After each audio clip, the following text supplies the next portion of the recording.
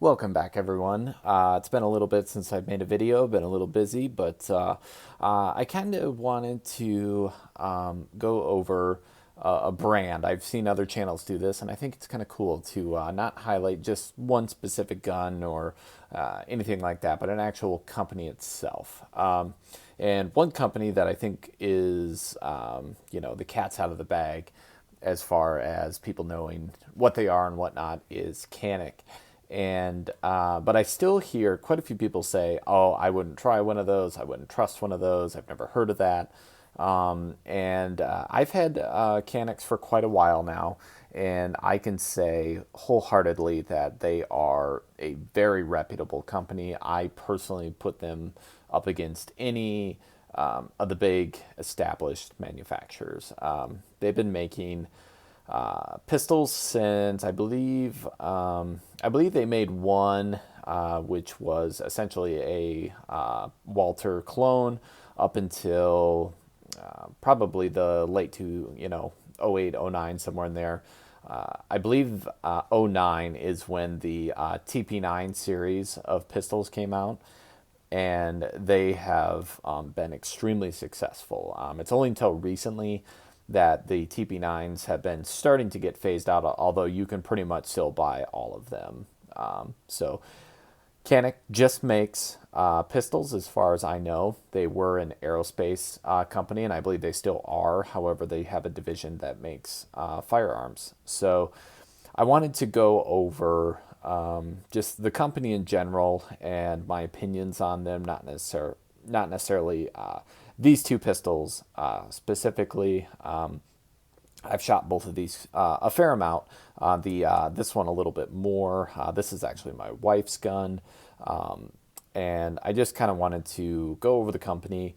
And if you're considering buying a striker fired pistol, maybe considering one of these. Obviously, not a sponsored video or anything. This is just all. These are all my opinions. So. Canik is actually pronounced Canik, I believe, in Turkish. However, I believe they actually recently, very officially, basically announced that they approve the pronunciation in the U.S. market to Canik. So, which I thought was kind of interesting, but kind of cool too, I guess. So, this is obviously a Turkish company.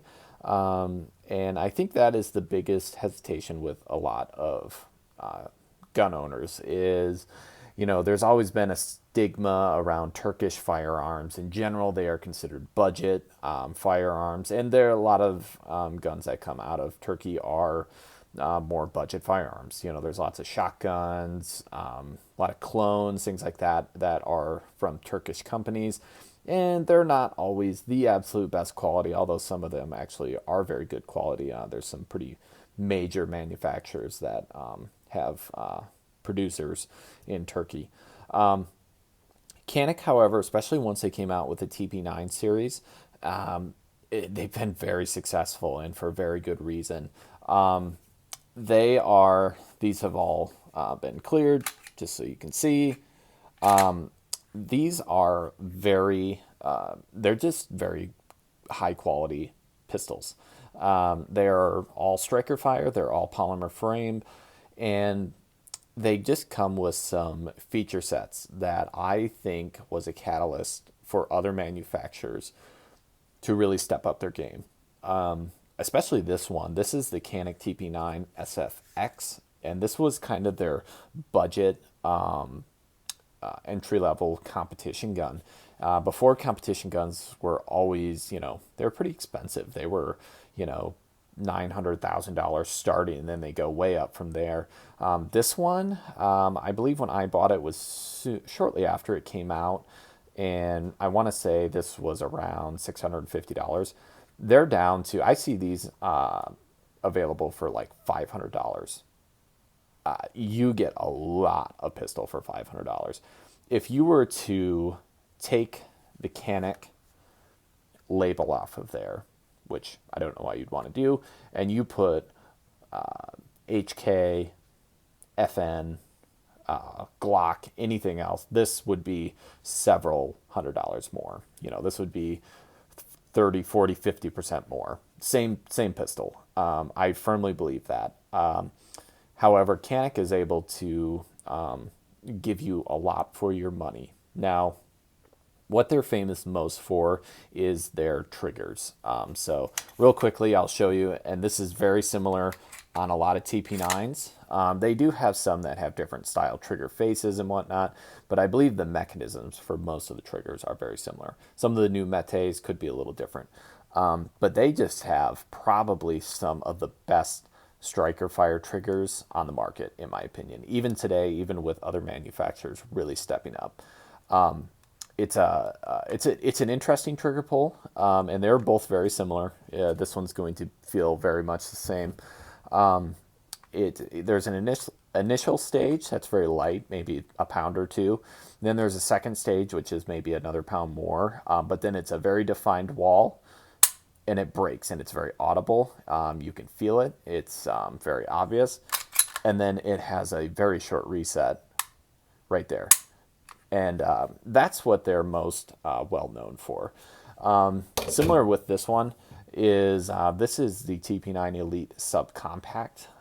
Now, this is a pretty bulky subcompact. As you can see, it's actually, it's essentially the same gun as this FSX. However, it's just shorter. I believe this has a 3¼ inch barrel on it.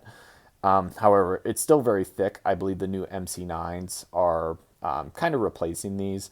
I have not shot one of those. However, I will say for a subcompact, even though it is on the larger side, before I shot this, my initial impression of this was going to be you have a kind of a heavy slide on a very small polymer frame, and my assumption was going to be that this was going to have a lot of felt recoil. Not really the case. It's not as flat shooting as the 5¼ inch barrel, but this is actually a very flat shooting gun for the most part.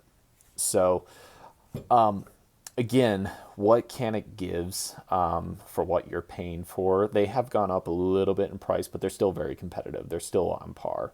However, what they give you are some really, really nice feature sets. A lot of them come with this style slide stop, slide release, which I really like. It's actually ambidextrous. Some people have issues when they ride this with their thumb, and then you don't get last round bolt hold. It doesn't lock back. The slide doesn't lock back. However, I don't have that issue. But they just give you a lot for your money. You can see this Canik TP9. You can actually you can change out the magazine release. I believe I have the small one here in here. You can get much larger ones. Same with this. This one has a little bit different slide release, slide stop. It's not just your standard flat. Most time you just get, this back here. It's very flat. They give you features like that. This one has Warren tactical sights on it. Again, kind of a cool upgrade. You can see there's a fiber optic front, which probably won't show up in the video. That is probably, after the trigger, the sights that they put on the Caniks are some of my favorite. I love blacked out rear sights. On this one, I'm not as big of a fan of the fiber optic. I'm not a big fiber optic fan. However, a lot of their pistols come with just standard, kind of combat front sights. You can see this one has a red dot on it, but also has the blacked out rear sight. And big fan of the sights that they put on these Caniks. The slide finishing, everything like that is always very good. The Cerakote on this, the engraving, it's very high quality. Absolutely nothing about this says that this is a, budget-minded pistol, which I wouldn't really, I do consider this a budget pistol. However, I do not consider this a cheap pistol by any stretch of the imagination. And I even use the term budget as in you just get a lot for your money. All the engravings, the quality of the Cerakote, everything is just very good. And it's very consistent as well. So the magazines, this is one for the TP9 SFX. As you can see, this is a 20 round, has the extension on the bottom. Normally I don't like these, however, on something like a competition gun, I don't mind it. If for anything else, it would make it a little bulky, but for this, I don't mind it. As you can see here, these are Mekgar magazines. Mekgar makes a ton of magazines for lots of different manufacturers. They are very high quality magazines. These are not your cheapo mags. These are very good quality mags, easy to get. Which is another thing that I do like about Canik is they have very good part support. So if you want to buy anything off their website, anywhere else, especially the TP9s and even the new ones, there's pretty endless things that you can order for these. So it's not like you're getting an import gun and if something breaks on it, you're out of luck. Definitely not the case. Everything's very affordable and very easy to find. So that's another plus in my opinion. Probably the last thing I'll touch on before I wrap this up is the what you get in the box. So here's the case. This was the excuse me. It's been a while since I've actually looked. The SFX. This is the kind of the longer barrel, the competition style gun. This is the one it came with. They're all very similar boxes. It just depends on how big they are. The place I bought it from put an obnoxious sticker on there, which of course did not come off when I tried to peel it. But what you get with these is really impressive. So as you can see here, you get a bunch of base plates for optics, which on the I'm not a big red dot fan. My wife wanted one on hers, but it came with all of these base plates. So you don't have to go and order, and these are nice, I'm assuming aluminum base plates. So you don't have to go order a $30, $40, $50 base plate for your optic. More than likely, it's more than likely going to be already in the box. Different back straps, of course, things like that. I usually run a small back strap on mine. Comes with, the big, all the manual paperwork, all that. But it also comes with a holster, which I don't have out here right now. It comes with everything you would need, screws, things to mount an optic, your mag releases. It comes with all of that right out of the box. If you buy Canik, you really don't need, and you want to mount an optic to it, you really don't need anything else. It's all in the box. And none of this is cheap, gimmicky stuff. A lot of times when I see stuff that comes with guns, whether it's a holster or something, it's like, I would rather you just, sell me the gun for $50 less. Don't include that crap.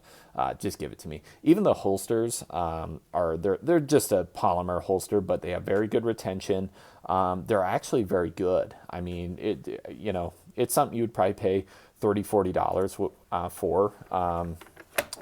It's not a high quality Kydex, but it's certainly very usable. And if you don't have a holster, it's perfect. So Canik is, again, a Turkish company, Turkish manufacturer. They are used by militaries. They police. They're very reliable. They have very minimal issues reported. There's not like, you got to watch for this, you got to watch for that. These just run very well. They shoot nice. They have amazing triggers. The new Mete series are very similar to these. I think they're just improving upon them. So if you are looking for a pistol and you're looking at Canik, I would definitely recommend them. You really can't go wrong. Some people do not like the fact that they come from Turkey. I personally do not look at any political crap, anything like that, when I look at my firearm selection. These come from a private company, privately owned, operated, and they make very high quality firearms. So I'll wrap this up so it's not too long, but Canik gets a thumbs up for me. Thanks for watching.